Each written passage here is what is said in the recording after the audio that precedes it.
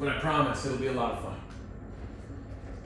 Okay, so thanks everyone for coming. It's nice to meet you all. It's good to see familiar faces. So this class, obviously called 1% Revolution. And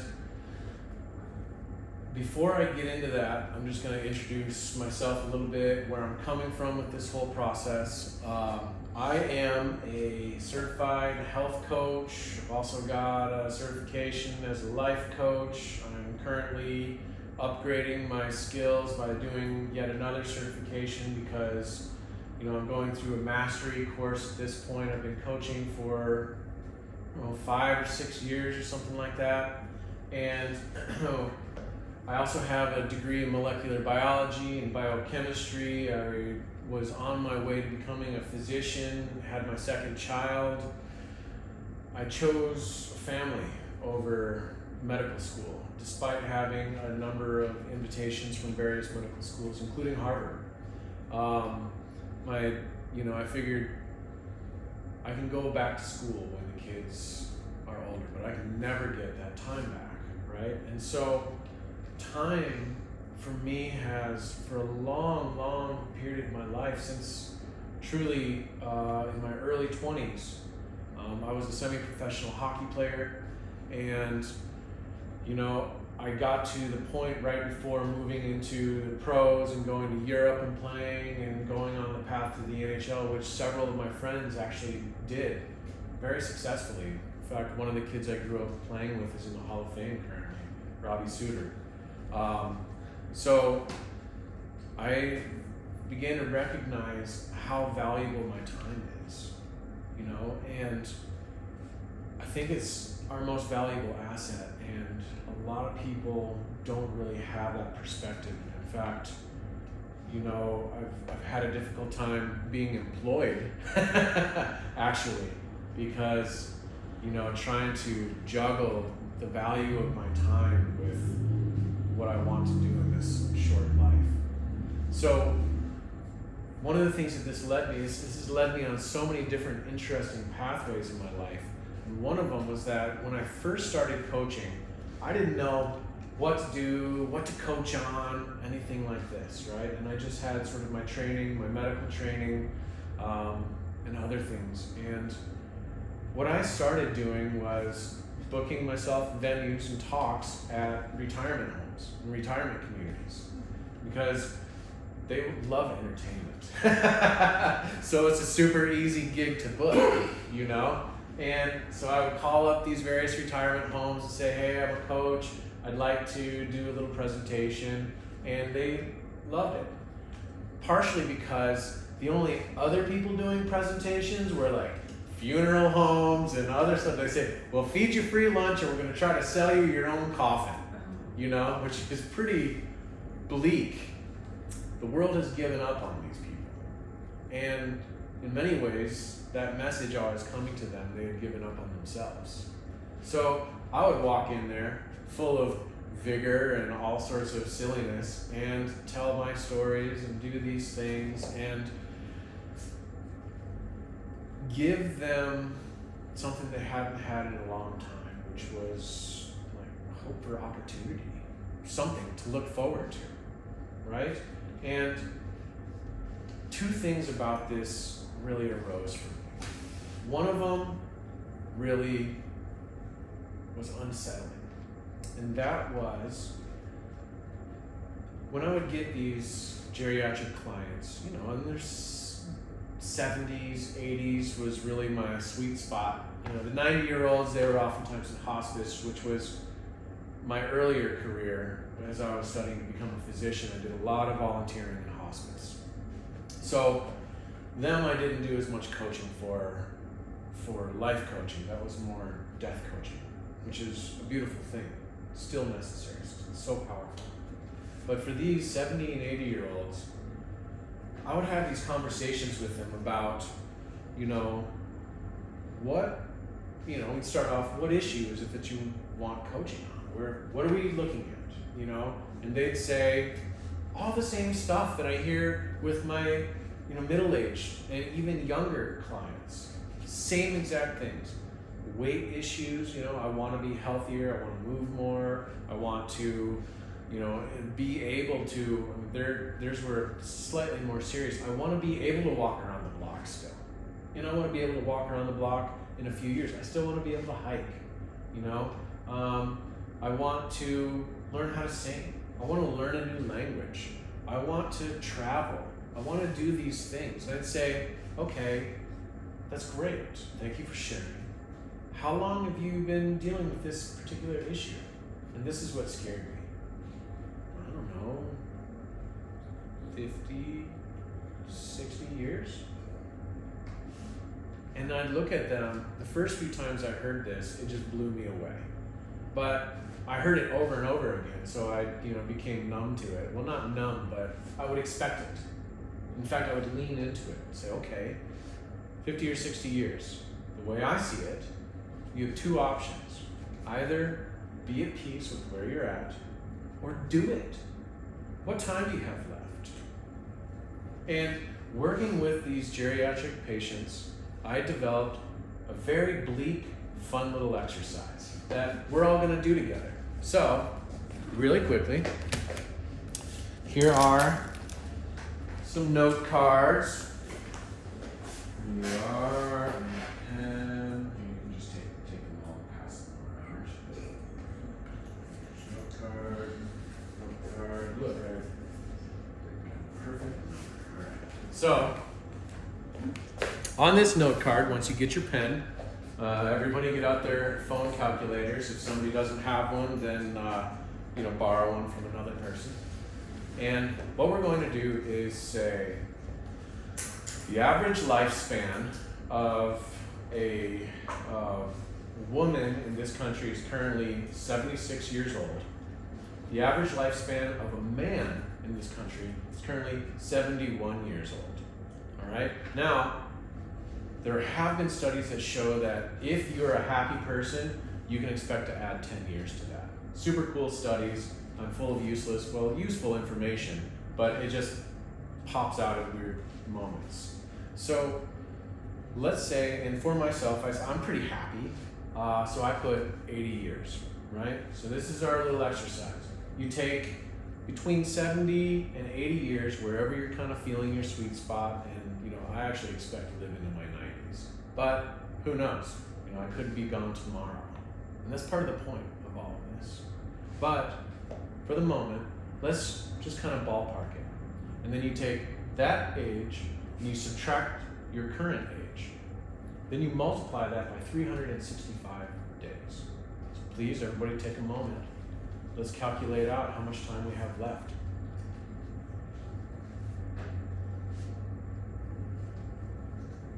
So between 70 and 80?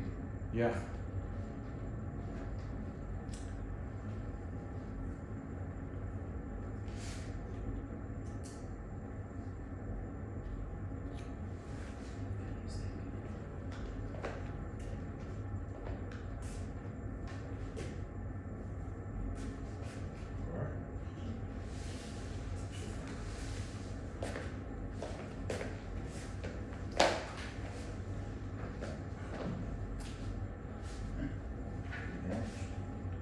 You lost your piece of paper? That's a bad sign. Magic trick. I'm sorry, what was the math again? So the age you're going to live. Let's say 80 years Minus your age. minus your current number of years Okay, times 365. thank you.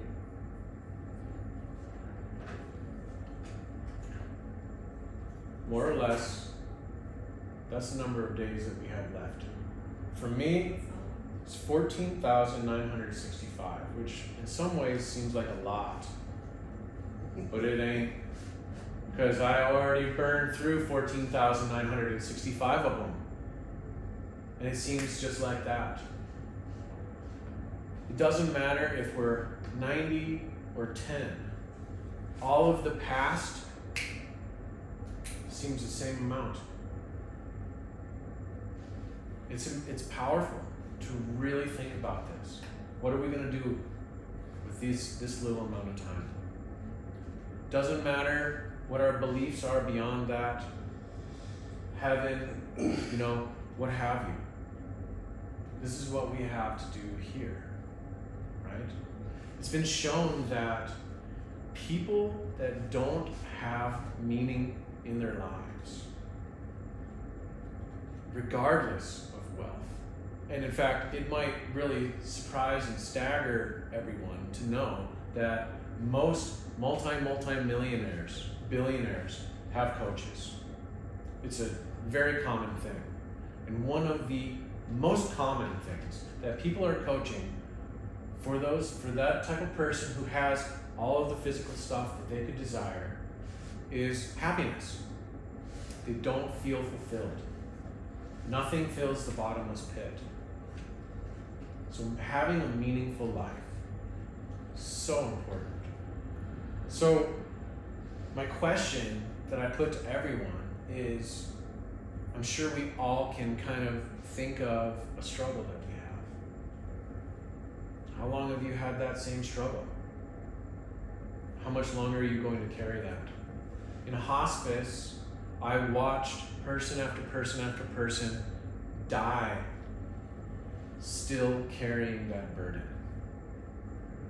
And at this point in my life, when I was really transitioning, things were a mess, all right? I had quit the medical school path. We sold everything. We moved in the national forest in Northern California, Clemmons National Forest, spent a year just being wild until finally our tiny amount of savings was burned up. We were destitute, 2 children, homeless, bad situation. We found our way out here. I learned how to cruise timber. I taught myself how to be a carpenter.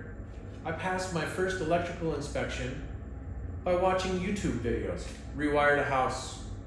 That's how I learned. Eventually, I fell in with a master carpenter. He taught me the ropes. I scraped, I scrounged. I, at some point, started smoking, drinking. I mean, the unbearable weight of a responsibility that I didn't have the tools to carry. I mean, I got us through. We got fed. I found a way to put a roof over our heads, took care of the kids, took care of my wife. But low point in the relationship, I'll tell you that, you know? And so after several years of carpentry and whatnot, which is fine, it's fine. It's a totally honorable profession, but for me, it just didn't fit. So I found coaching, and my heart just was like, okay, you know, finally you found your spot. When I used to work in ERs as an EMT tech while I was studying to go into medical school, I remember I did a lot of the night shift. I mean, you either have the 12-hour day shift or the 12-hour night shift, so it's split. Also on ambulances and things like that. And I remember one particular night that there was a gentleman who came in. He was quite clearly a biker. It was Colorado, so not a cyclist biker, but like a real biker. And covered in tattoos, you know, typical guy. He'd been smoking his whole life. He was in his 60s, early stages of emphysema. You could see his skin was all real tight, you know, brittle skin. He was a regular in the ER. I can't remember if he was a veteran or not, but we did this with a lot of veterans as well, you know? And sure, we'll save your life tonight. We'll put you on oxygen, give you a banana bag, we'll do whatever we have to do for tonight. We'll see you back here in a couple of weeks. And the cycle turned over and over and over. And the closer that I got to medical school, the more helpless I felt. Like, what good are we even doing these people? 98% of all illnesses in this country are lifestyle related, habit related. They're in the mind. And then they translate out into the body. Of course, the fact that we don't have very many options with our diet and stuff, I mean, it's difficult. You gotta fight to be healthy in this world. It's crazy. We eat 148 pounds of sugar per person per year. We eat an entire person's worth of sugar. Is that crazy? It's so difficult. Anyway, I'm getting off the topic. Trying to get off my soapbox and get back to the class, right? So, the 1% rule is the basis of my coaching paradigm, right? So many people have this vision of who they are, who they can be, who sometimes like we feel like we should be this person. And then we beat ourselves up for not being that. We have this version, this idealized version of ourself, and then we have the self that shows up in the mirror, the self that gives into a temptation that they're trying not to give into, the self that loses their temper and then feels bad about it. The normal version of the self that so many of us, all of us, truly deal with. But this distance in between who we idealize ourselves to be and who we experience moment to moment, the greater that gap, then the more stress and anxiety we're sort of inundated with. And in my estimation, the less capable we are of dealing with even smaller and smaller obstacles. So then people set these lofty goals like, okay, I'm gonna go to the gym every day. This is it, it's my Rocky montage. I got it this year. You know? How many times have we even set seemingly achievable goals and then they, I don't know, it just wasn't a priority. It didn't get done. Somehow. And so my job as a coach is to lower that bar. You know, even if we set a goal that's this high, like we could climb up there, but it's not easy. So if I can back you up and say, look, we can get you here, and I can get you all the way up there, but I'm going to start off by getting you here. You know? But why don't we do that on our own? Because there's a lack of clarity, a lack of understanding of the true process. We talk habits. Habits are baloney. It's the big buzzword. Oh, this habit and that habit. It's not about habits. It's about identity. For example, I can cultivate the habit of going to the gym. I can do it for 3 years. But if I never identify as someone who loves the feeling of moving, then one bad week, it all goes to hell. I might as well have never gone to the gym in the first place. You know? It's this constant fight. That might be my life phone there.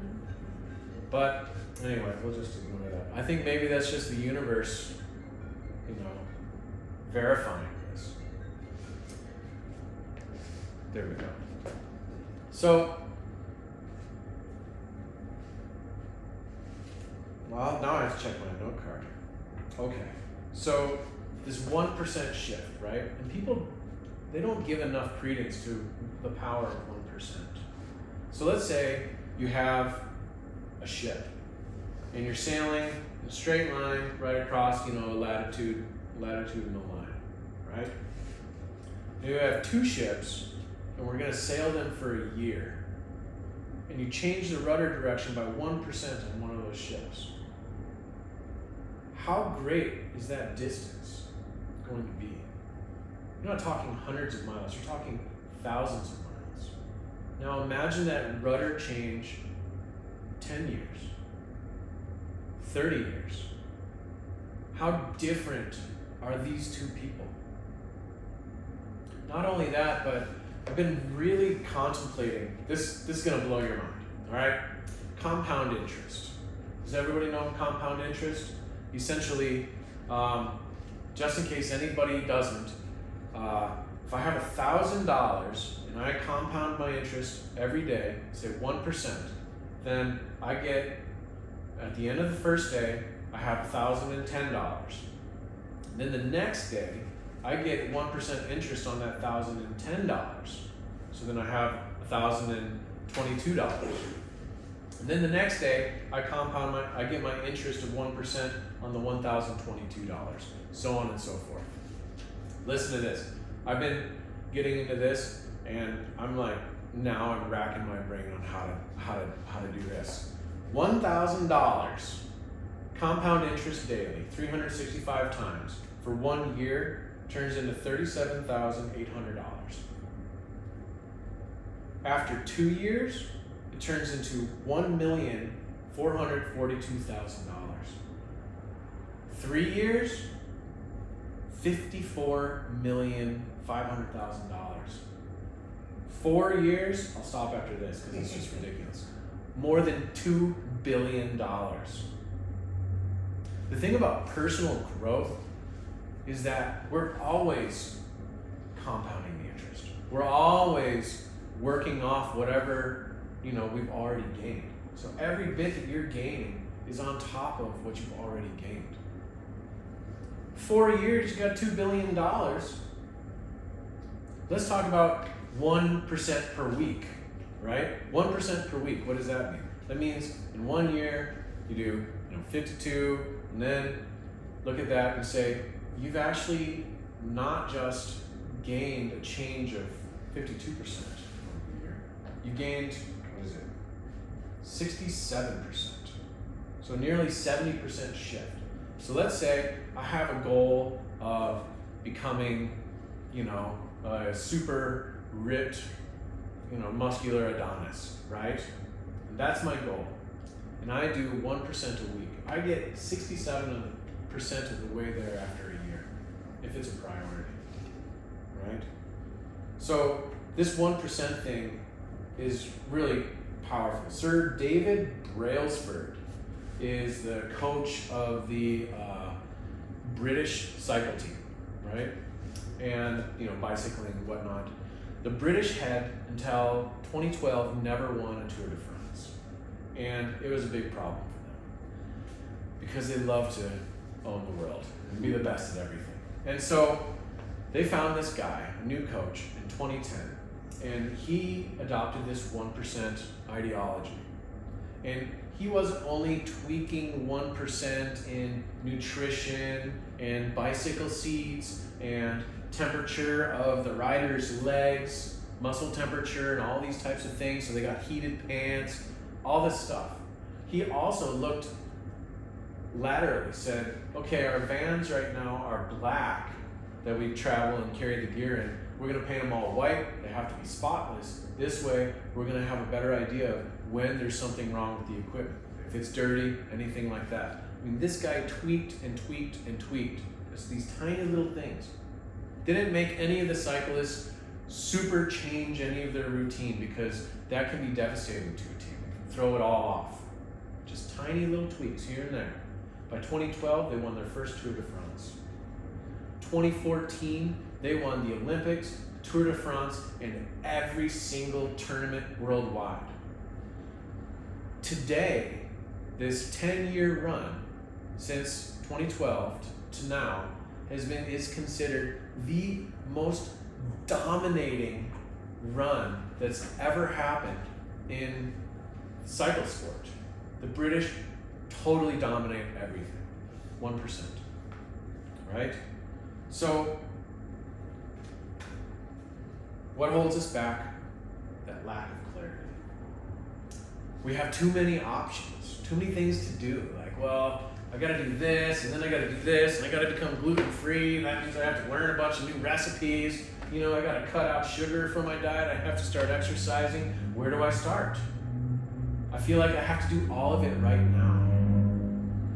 Part of that is that people don't have someone who knows the process, who can lay it out for you, who you can just relax into their hands. Like, okay, I trust you, we'll just do this right now, right?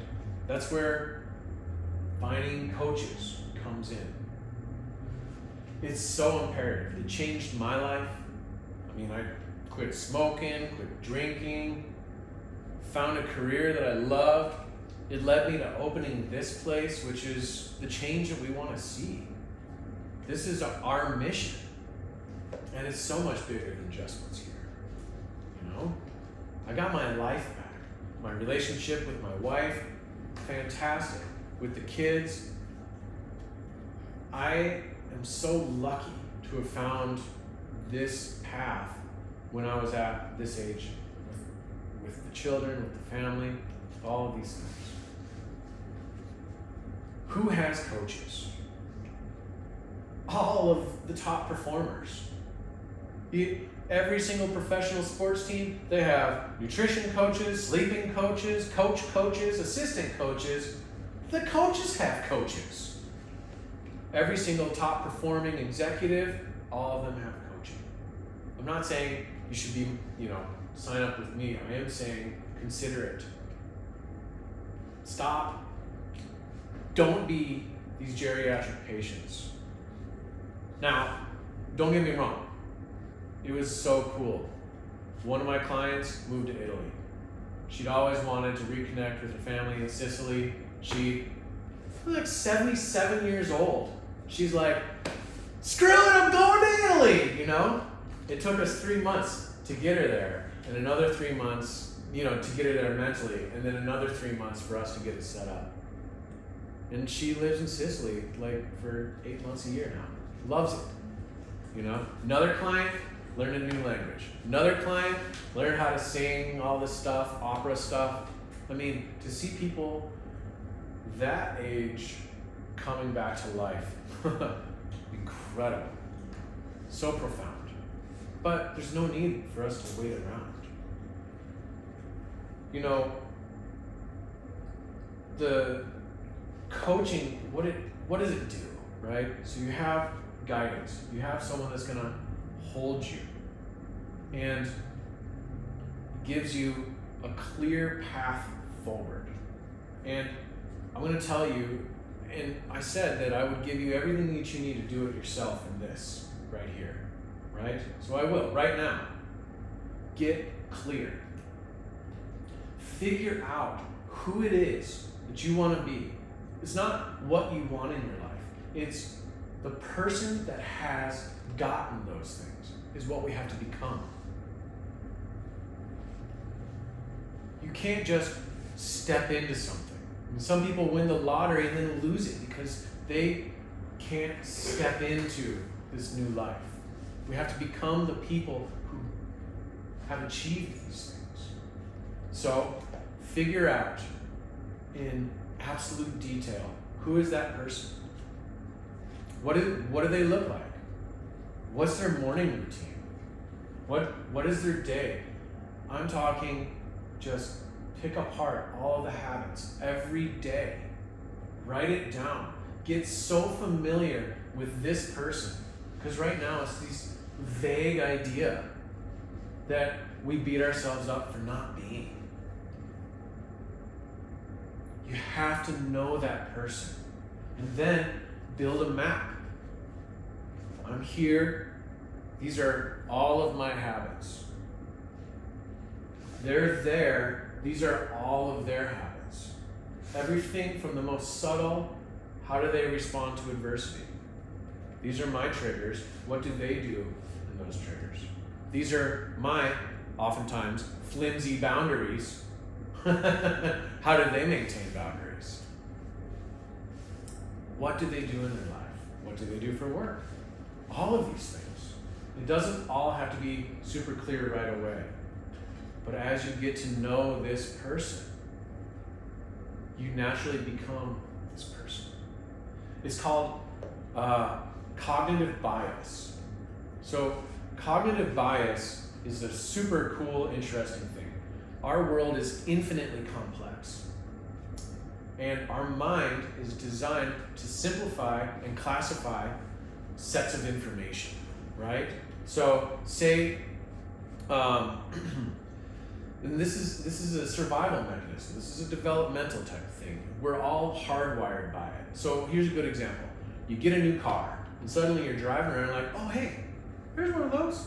There's another. There's so many of them. I never even noticed them before. The opportunities that we're looking for are those cars that we never noticed before. We have a cognitive bias of things like, I'm not good enough. I don't deserve this thing. Things just don't work out for me. It's always a struggle. And so what do? Our mind identifies and magnifies and gravitates towards those things. We reify that reality that we're creating. So what if we reprogram that? I am good enough. These are the things that I want. I don't have to worry about the how. I have to worry about what. And then you begin to see the opportunities that you didn't notice before. That's why it's important to really understand this person that we want to be. Because if you want to see the opportunities that they see, if you want to be in this magical state that they're in, you have to train your mind to perceive what's already there. And that's one of my specialties. That's one of the specialties of many coaches, that we help to deprogram these things that are holding us back and train the mind to perceive the opportunities that we've been looking for. So simple. So the better you know who you want to be and who you are, the more easy it's going to be to close that gap, right? And so here's my offer. Give everybody a free coaching session. Doesn't have to be, anything big. If you want, I'm offering everybody a 30, 45-minute coaching session.